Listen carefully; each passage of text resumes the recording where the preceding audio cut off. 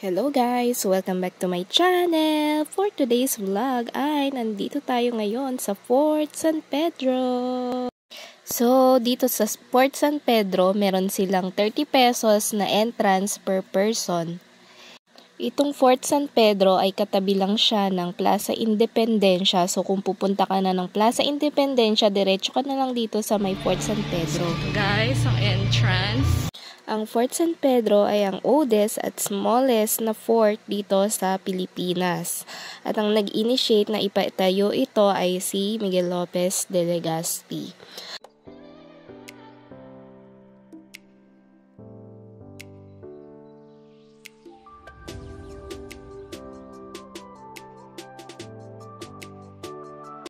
So, pagpasok namin dito sa Fort San Pedro, may nadatnan kaming reception ng bagong kasal. So, ayan, kaya medyo maingay dyan.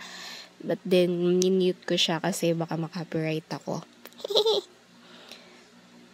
Ang Fort San Pedro ay may hugis na tatsulok.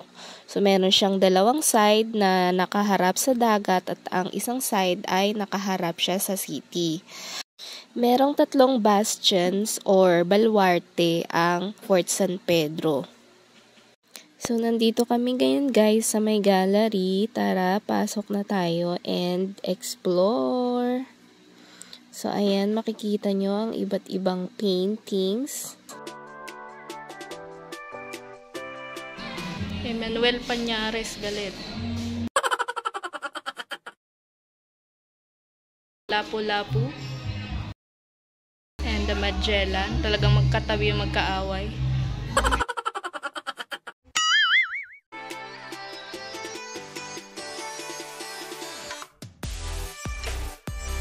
So, ayan guys, may naitatago pa silang mga ito yung Japanese armor.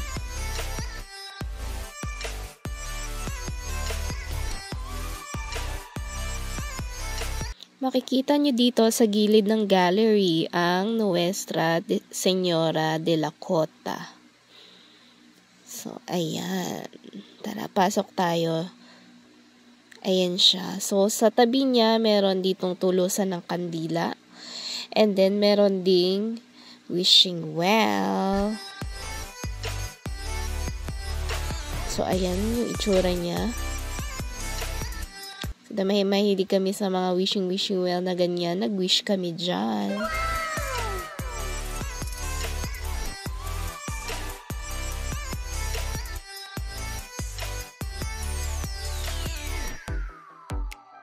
So, ayan guys. It's time to make a wish na. Hindi ko sasabihin sa inyo para matupad siya.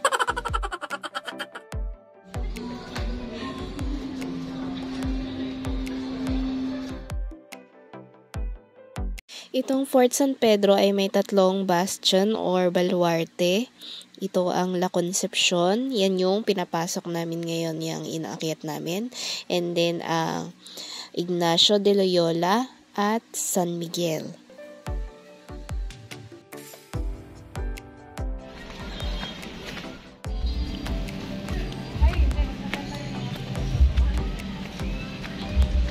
Ano? Ito oh. Ganda. Pag ganon. Oo. Oo, ganda siya. Ganda. So, dito guys, meron silang total na 14 cannons. Pero, konti na lang yung makikita nyo dito. Kagaya na lamang nung cannon na, ayun. Yan. Yan guys. Meron pang mga natira.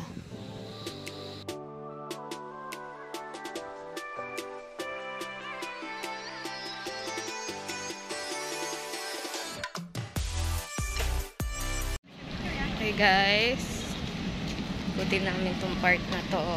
Girl, nasa pagkain na binigay ko kay Chef. Ayun o, nasira yung... Nasira nga kanina. Ito sana maganda dito. Hindi, isang lugar, isang na lang. No? Isang part. Ito sa gitna na lang. Ayan nyo.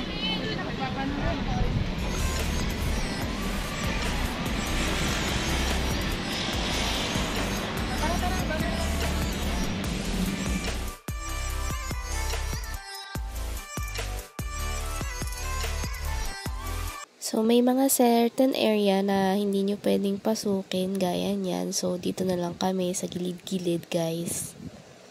Ang ganda, grabe, dito sa taas. Tingnan nyo, oh. Kitang-kita yung view ng Plaza Independencia.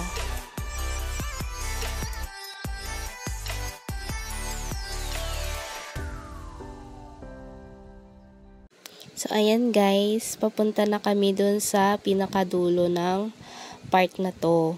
So, hindi ko alam kung alin ba dito, kung aling bastion tong napuntahan namin. So, basta ayan, tingnan nyo na lang guys. Ang pretty, pwede siyang pahingahan, ganyan, ng mga naglilibot-libot dito.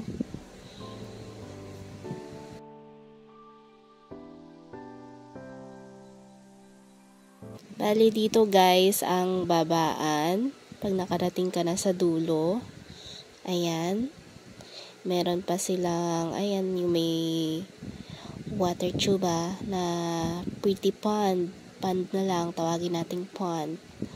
So, ayan, tara, baba na tayo guys.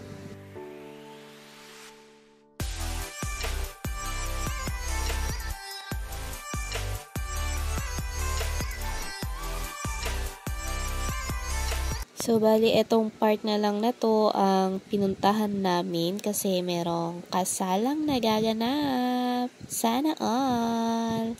Kaya medyo nahiya na kaming umikot-ikot.